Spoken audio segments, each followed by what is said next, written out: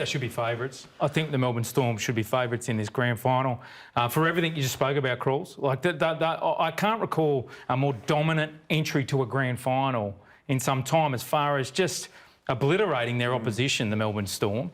And for me, there's just too much question marks about the fluency around Nathan, around Dylan Edwards. Champions, absolute champions, no doubt. But it's their forward pack that'll get them there. Yeah. It's Penrith's forward pack. And I think what hurts their favouritism, the Melbourne Storm, is no Nelson Asofa-Solomona, who loses the downgrade bid ban for 5 games. I don't think it was a surprise to many of us that he lost. We all thought it was going to be a monumental challenge for him to get off from a grade 3. How did we see this?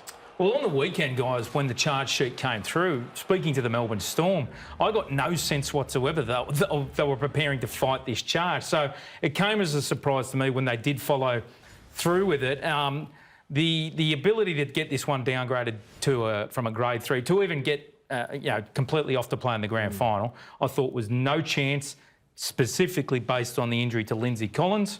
If the Roosters had gone through, Lindsay Collins wouldn't be playing, so it's not right that he should be playing. I think 5 weeks is completely over the top.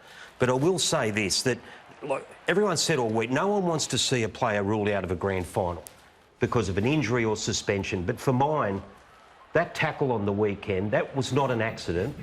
That was careless, if not bordering on reckless. The way that Nelson's 6'8", it doesn't. There is no excuse for hitting someone in the head just because he didn't bend his back. He had opportunity. You can see Katoa on the inside does bend his back. Nelson goes in standing upright. It's happened before, and in my books, when Lindsay gets up, he plays the ball backwards. If Nelson would have been sent off, it wouldn't have shocked me. Really? It really wouldn't have, because that's a bit much. Well, in the first tackle of the game, he's been taken out by an illegal tackle. Yeah. Right.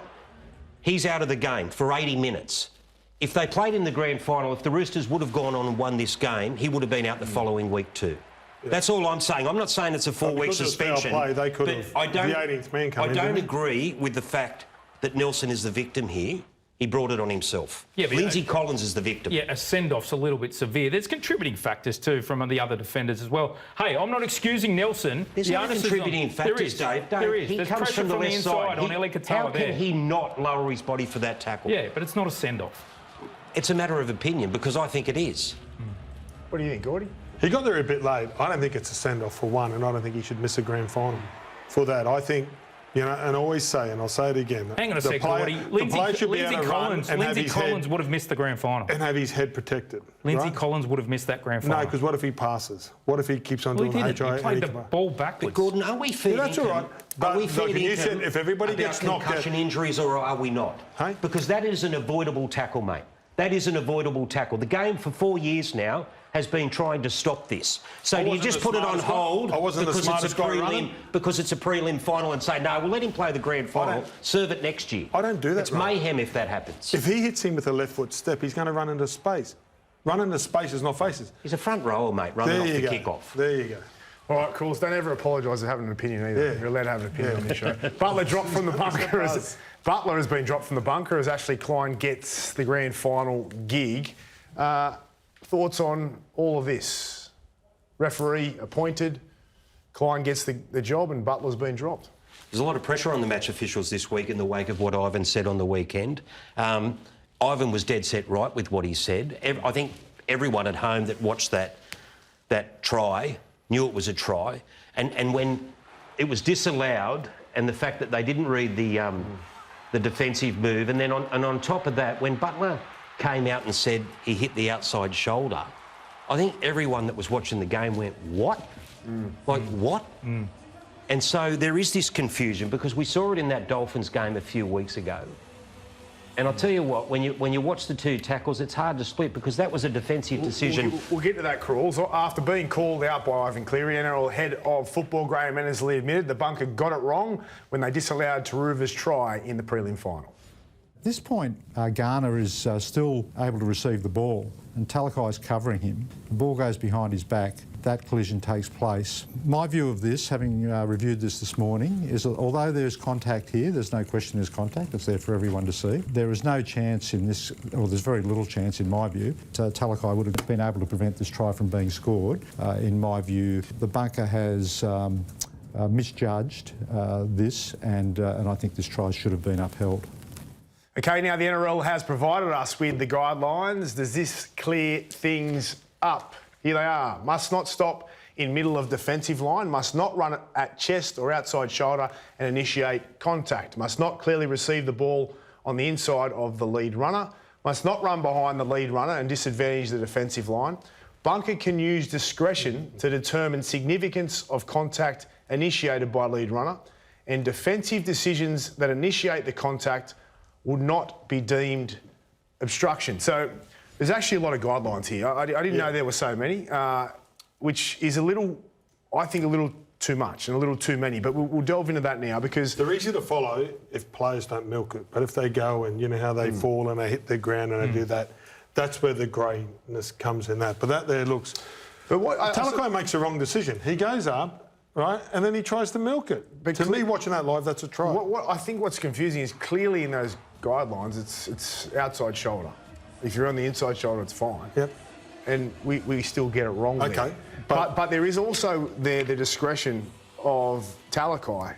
But what about when you run on your defender, you run a beautiful inside line, the bloke inside him runs and hits you with his outside shoulder, he's never going to get to the play. That's where the grey area starts coming in because the bloke you're on, you beat him, you run inside shoulder, the bloke coming across bumps into you and they say that he was denied an opportunity. Crawls, the producer sent this to you today, the guidelines. Does it clear things up for you? Well, it was clear what happened the other day, I think, to 99% of the people watching the game, except Chris Butler.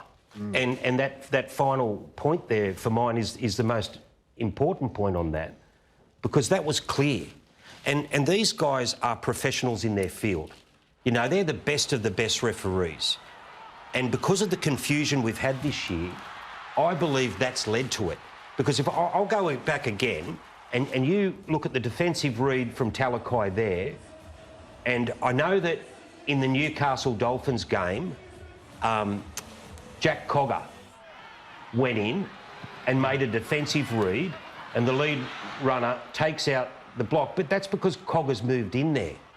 So, and I know you guys disagreed with this when it happened at the time, but for mine, that leads to all this confusion that the bunker officials and the match officials are having, because that is a defensive read. I think they got That's this, a defensive but I read. think they got this right because Brodie Jones gets hit on the outside shoulder.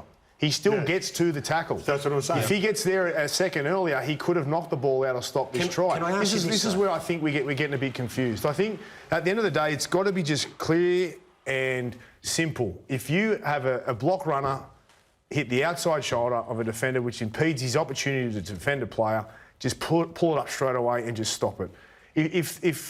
I think it's as simple as that, because then there's no grey area. I think the grey area is when the ball goes past you, I can just run and bump into someone and I'm never going to get to that play. I'll tell you where the grey area is, though, and this is the problem that the game has to confront, is because you have people like Ivan Cleary and you have Wayne Bennett, and then you have people like Andrew Johnson, Phil Gould and Michael Lennis and Greg Alexander, and everyone that have watched these tries in recent weeks, everyone does have a different opinion. You guys have a different opinion. I don't think anyone had a different opinion on the weekend's one. No, but they certainly did on that first one. The Dolphins one they did. It split. That's why I think if you just say, if he hits the outside shoulder, bang, there it is. Like, he's taken Jones out. Jones cannot release, and that player does not have the ball. Does he take Jones out because Cogger moves in and takes that space? Cogger makes a terrible decision. He's saved But he's taken the space where the Dolphins' back row is going through. It doesn't matter. He's hit his outside shoulder, so then Jones Jones the can't outside release. shoulder of the Knights defender. Cogger making a poor decision. He got saved by, unfortunately, Jones being taken out. Which again points to the problem the game's got, because, look, it's probably maybe a 50-50, So then that 60-40 comes split down- on that. so then that comes down to the people referee. that really know the game can't get it right. And that's a Boys. really good point. But then that comes down to the guy in the bunker, and if he's consistent in that game with those decisions, that's what we've got to live with. Yeah. All right. We're going to move on, but the NRL are doing their best to clear this up. That's why they provided us with this, and I think there could be a few changes in the pre-season or off-season heading into next year.